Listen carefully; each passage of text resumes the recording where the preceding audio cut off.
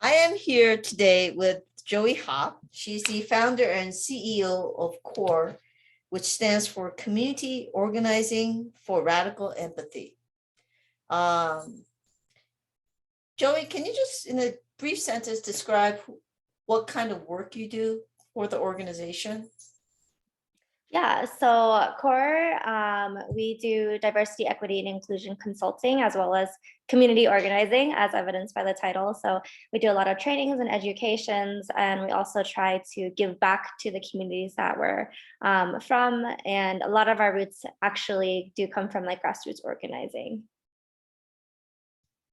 It's interesting because I've known you for about, gosh, has it been like 3 years now? I feel like it's been longer. Yeah, it does feel longer, doesn't it? I know you Mhm. did some work for us via platform. And I remember in our earlier conversation, you were saying that your dream was about traveling and blogging. It's not that there's a shift, but it's different from what you were dreaming about doing after you graduated with your master's than what you're doing right now. Do you still have that dream? Yeah, I think that's definitely something I'm still interested in. Um, in general, I really love traveling, and it's been really difficult through the pandemic where we had to stick to like one location. And obviously, I'm really privileged to um, be in a situation where I was still financially secure and healthy, but it was hard for me not being able to travel as much as I used to. Do you see yourself doing similar work while traveling in terms of applying some of your experience in perhaps international communities?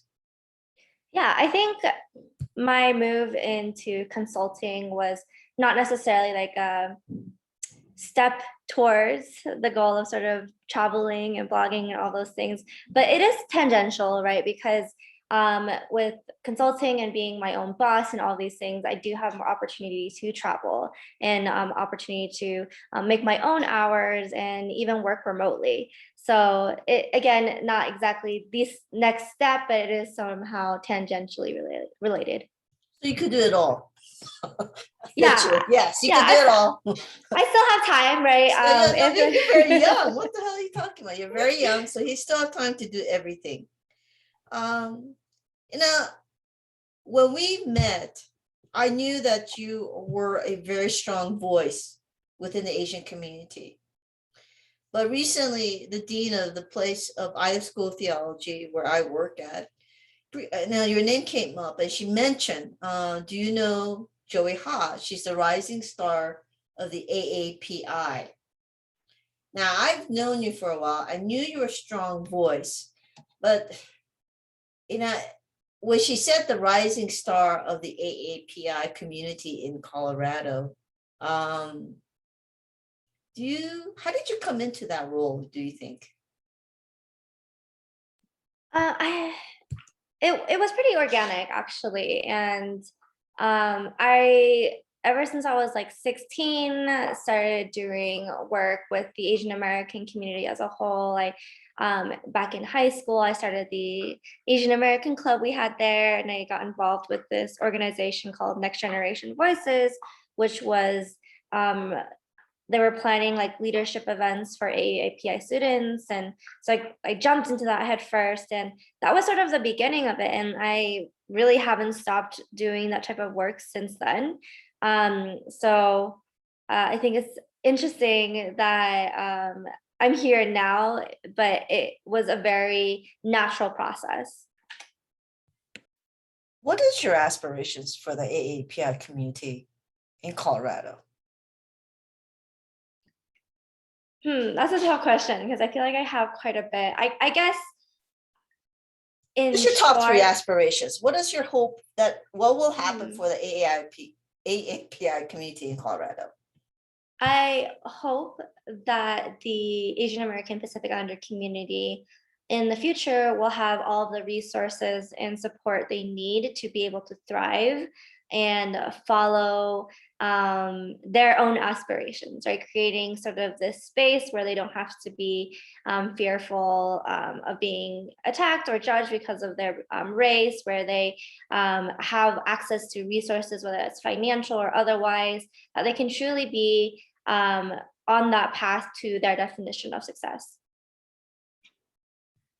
Is that the same thing for on a national level that you want? Yeah, absolutely. I think for quite some time, the Asian American Pacific Islander population is seen sort of as this invisible minority, and a lot of the issues within our communities aren't really given the attention that they deserve. So ideally, it would be great for Asian American Pacific Islander issues to rise to the point of being like national discourse, to things that we talk about, to things that folks are willing to sort of understand about the different histories within our community. I do agree that we are an invisible group of people, but isn't that invisibility to our benefit, you think, or is it not? In other words, if we stick out, doesn't it work against us if we have like anti-Asian sentiment in America? Yeah, I think there's benefits, right, of course, of being less visible, but for the most part, it's conditional, like the invisibility is conditional. So we are invisible as a minority. People don't see us as a minority, but we are very visible as sort of this perpetual foreigner, as folks that don't belong here. And so we end up in being this sort of catch-22 where we're being told by all these different sources, society, media, the larger nation as a whole, that no, Asian American Pacific Islanders aren't minorities. They have not had any struggles, and they continue to have everything that they need to be successful. And then also at the same end being, yes, with these same people saying you're different, you don't belong here. So it's really an interesting sort of dichotomy where Asians don't belong, but also at the same time, people perceive them to already have everything that they need and to be successful. Sort of the model minority, but you're a foreigner. Two ideas sort of clashing in that same space. Yeah, exactly. And that's where the tension is.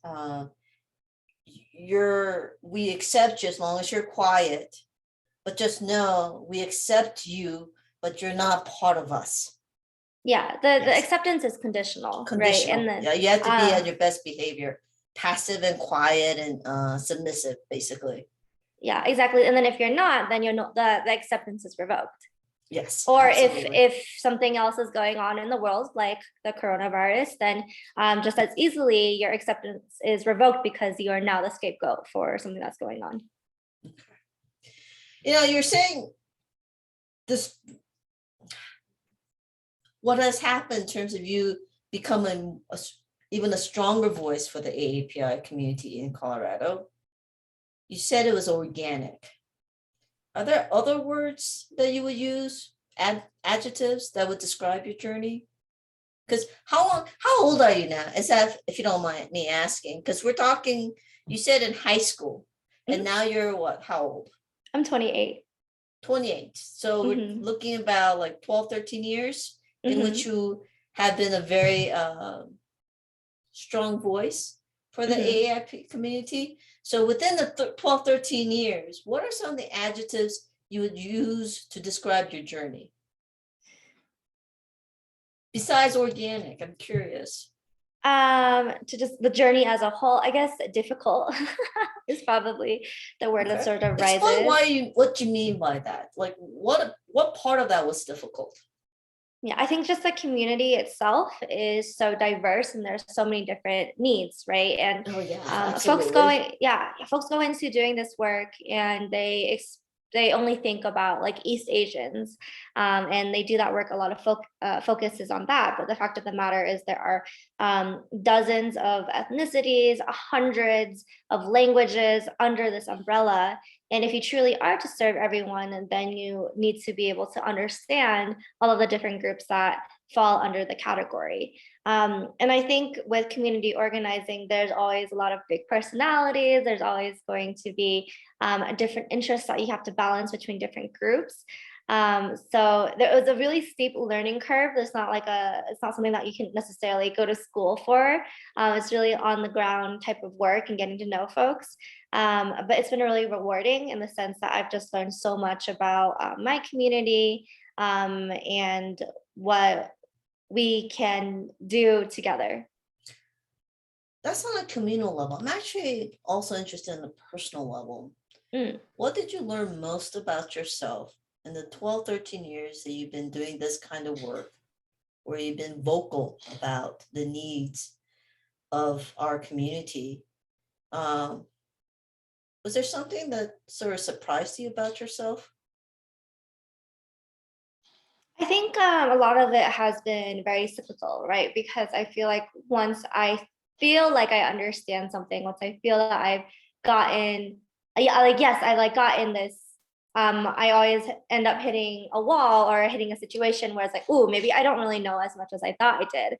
So it's been a very humbling experience and really rewarding in terms of my growth. And every time I feel like I get it, I realize that I don't, which isn't a bad thing, right? Because there's always more to learn. And I'm very grateful for those moments where I am able to learn. And the landscape is just constantly changing. And so I think personally, that really gives me a lot of opportunity to figure out how to deal with people as a whole and how to deal with different communities. And at a wider scale, how to deal with marginalized groups across the board, not just Asian American Pacific Islanders. Okay. Well, that was a surprise question for me, huh?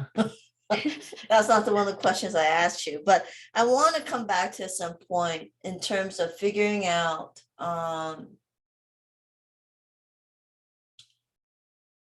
you're still very young. And so I'm curious to understand. We're talking about like you've hitting a wall. How much more growth do you see yourself coming into, whether it be Colorado space, a national space? In other words, where do you see yourself in terms of like, how big is your vision? Sure. I think that this type of work it takes a full lifetime and it takes multiple lifetimes, right? You can be doing it your entire life. And then, oh, you'll learn something new, even if you've been doing it for several decades. I think sort of the next part of my envisioning is to really try to build coalitions across different marginalized groups and expand beyond the Asian American Pacific Islander community. Sometimes I feel like our communities can be relatively siloed, but the fact of the matter is that all of our liberations are tied, right? All of our struggles are tied. So in order to truly liberate or truly uplift our community, we also have to be allying ourselves with other communities and underrepresented populations to make sure that our voices are coming together and that we are really pushing for something that's not just for one community, but for all of us.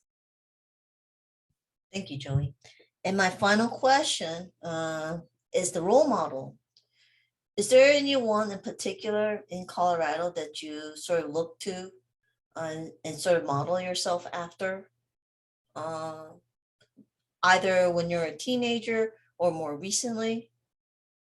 Yeah, so two people really come into mind. And the first is Annie Van Dan with Asian Avenue Magazine and Colorado Asian Culture and Education Network. She has really always been so supportive of my growth and of my journey. And in fact, she was the first person to help me get like a story of mine published in her magazine. She was also the first person to get me involved with Next Generation Voices, which I mentioned earlier, which was sort of this group that held leadership conferences for API youth. And ever since then, she's always been like looping me into things and asking for my opinion and trusting me with different types of projects. And then someone else that has been really influential in my life in the past few years is Lily Griego, who was my supervisor when I was with the census. And she's currently, I believe, the regional director she's like a presidential appointee for health and human services, I believe. And she has always just been my ally and has been giving me the resources that I need to succeed, and a huge advocate for me, like really saying like, Joey, I believe you can do this. Just do it, run with it, and come back to me when you have something complete. And I think that has always been like really helpful, that she just believed in me from the very beginning. Thanks, Joey. As long as I've known you, you've come across as very present and confident. And I don't see that in people in their 20s. Usually that assurance, gosh, I don't even see it in 30-year-olds, to be honest. I see it in a lot of people in their 40s. I'm curious, what makes you so sure of what you are doing, so courageous about the work that you have been doing? What do you think that is? Is it because of these people who supported you, or do you think there's something else going on? Well, thanks, Sam. First of all, that was really nice of you to say. I think definitely yes. Like, it comes from like my experiences. It comes from the people supporting me, and then honestly, I think most of the time, a lot of the time at least, I'm really just pretending. Fake it till you make it. Like if you go into a situation, you act confident, then people will have confidence in you, right? And it becomes this cycle where you go in and you act confident, people are confident in you, they believe in you, and then you believe in yourself. And it's just I think that I've just really, really taken that fake it till you make it type of cliche to heart. Do you still feel that way? I'm curious. Yeah, I get imposter syndrome all the time. All the time. But Oh, Joy, we need to talk about that. We need to talk about that. But I think I would reassess your the way you're explaining this, because I don't think it's faking it. There's something underlying that, and I hope you're able to see it, because I think you are a powerful force in our community, and I'm actually curious what you'll be doing in 10 years from now. And so I hope to have connection with you going forward, because I would like to keep track of what's going on in your life.